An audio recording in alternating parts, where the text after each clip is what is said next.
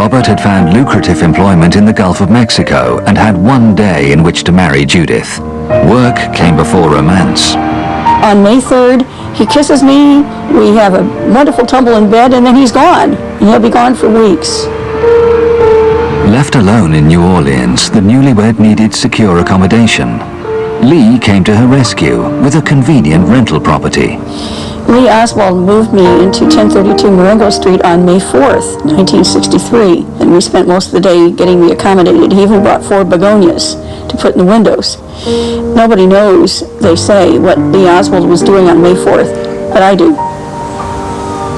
The most important entrance to 1032 Marengo was here in the back, and next to this door in the back is a window and windowsill where we kept the key so that Lee could get in whenever he needed to.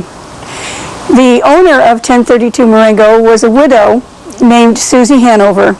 She had the back half, we had the front half, and she was so kind as to warn me and Lee if someone was coming.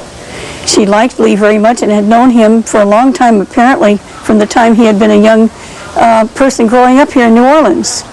Shortly after moving in, Judith had a meeting with Alton Ochsner at this hospital, her first since arriving in New Orleans. She did not go alone. Lee accompanied me there and told me that he had to go in first to talk to Dr. Ochsner. This made me recognize that he had already had a prior association with Ochsner.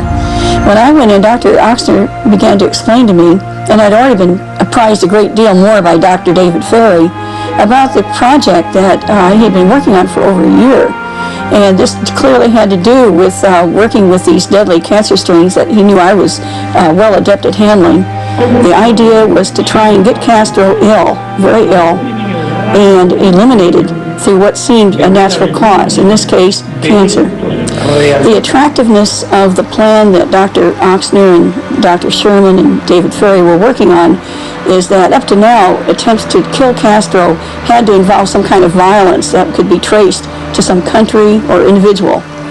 And that could lead to war. World War III, maybe, if Russia intervened. This was considered, in my mind, a noble experiment, a noble attempt to do away with Castro without anyone getting blamed, or with only a few people being involved, because it was biomedical. At any rate, at the end of the summer, he promised me that I would skip 2 years of school and go directly into medical school at Tulane Medical School. Of course, how could I say no?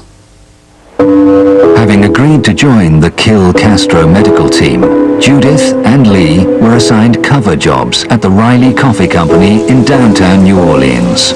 Rain or shine, Lee and I would get off the bus and we'd walk this way to go to Riley Coffee Company in the morning. And what we would do is go through these doors.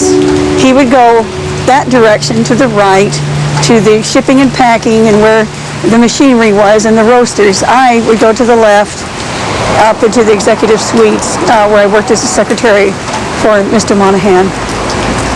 These payslips and this tax statement confirm Judith's employment at Riley's. However, her real work lay in David Ferry's apartment. Incredibly, this simple kitchen had been turned into a secret laboratory. It was here that Judith, often assisted by Lee, helped develop the deadly virus, ultimately intended for Castro. It was my job to work with 50 to 60 mice at a time, and these mice had large tumors that had developed. They were being brought in from another nearby locale, some other place. Now, these animals had already been inoculated with cancer when they were weanling mice, very, very tiny, and in a matter of a week or so, the cancer that they had developed at this time, the lumps and the tumors were as large as these little mice, so to the point where they could hardly drag these huge tumors along. And we would actually have to kill these mice, cut out the tumors, weigh the tumors, see which ones were the heaviest, because those were the fastest growing. We were interested in the weight and how fast these tumors grew. We were after a vicious cancer, a galloping cancer. And all the tumor material that seemed to be the most vigorous was then placed in a blender and blended together so they could recycle and not lose that virus. And the other thing that we were doing was making tissue cell cultures from the most vigorous and deadly cancers. Judith regularly took these materials and her reports from Ferry's lab to Dr. Mary Sherman's apartment in a smart part of town. Down there is St. Charles Street, where the streetcar would just drop me off, and then I had a 1-minute walk down this little corridor here and went in here, crossed into where these people are entering, and went inside, and inside is a nice courtyard, and I entered Mary Sherman's apartment, and I usually drop things off. Sometimes I would stay there and read and wait for her to come. Dr. Mary Sherman was not a person who was anything but gracious and an honorable lady in every sense. I never felt like she was someone who had any vices at all. I felt these contacts were necessary so that there would be some way for her to report on my work and what I was doing, as if I were some kind of student working under her anyway, so I could go into Tulane in the fall, which was still the plan. Mary Sherman secretly carried out vital work on the bioweapon at another location. Oswald was the go-between.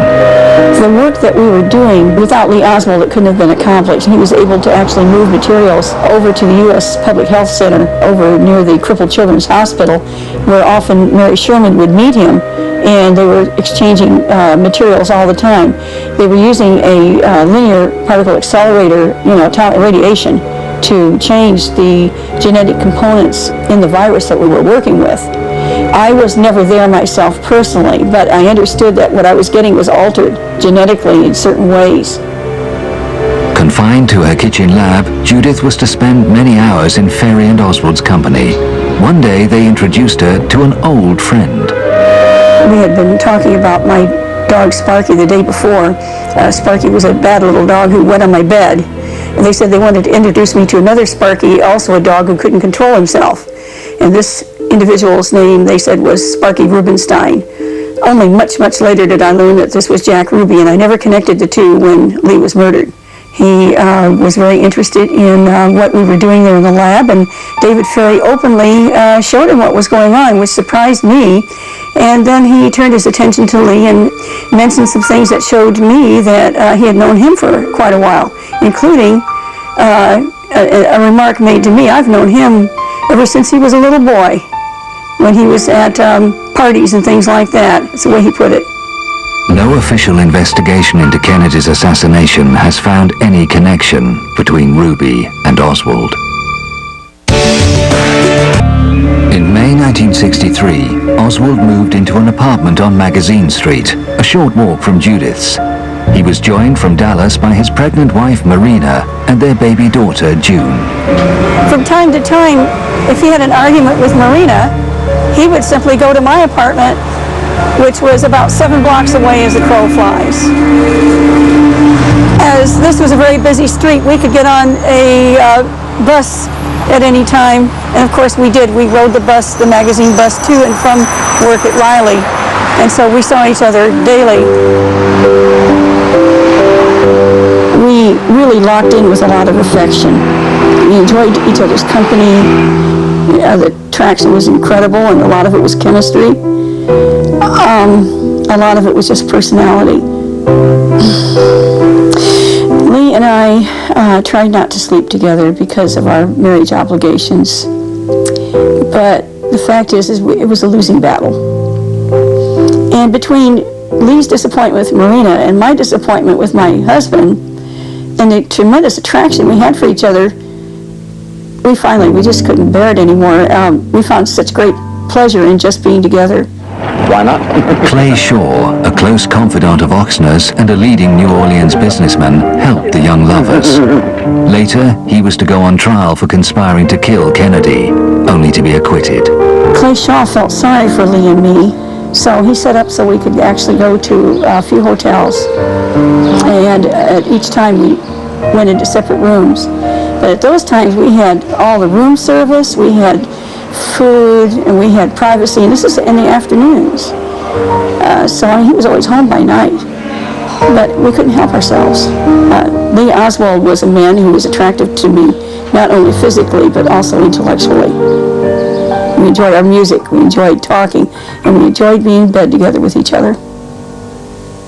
As the young lovers were drawn deeper into Alton Ochsner's project, they became increasingly aware of the powerful forces controlling it.